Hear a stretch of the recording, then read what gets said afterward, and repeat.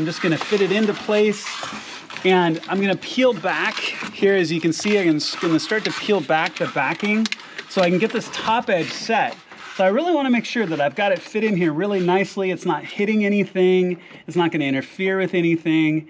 And then I get it lined up, and then I can lay down this top edge. So now, while only about this much is actually peeled back, it's actually holding on very, very well. So what I'm gonna do then is just reach in here and just slowly, and you can hear it more than you can see it because my hands are deep in the door, but I'm gonna just peel off the rest of this backing all the way down till I get all the way down to the bottom and I can get it all out.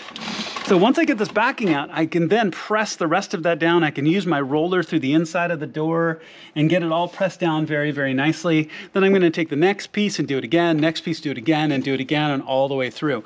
It's gonna be that same process, so I'm not gonna show you every single piece because it really is gonna be that same thing. Just a little bit of custom work to get it to fit perfectly.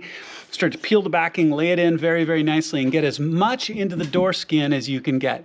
All right, so let me get all this door caught up, and then I'm gonna show you what this looks like when it's done.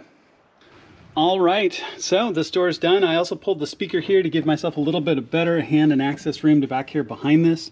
I got those square pieces kind of cut to shape and fit them in perfectly, as you can see all the way around. So now the entire inner door is lined with the SoundSkins Classic. Looks really good.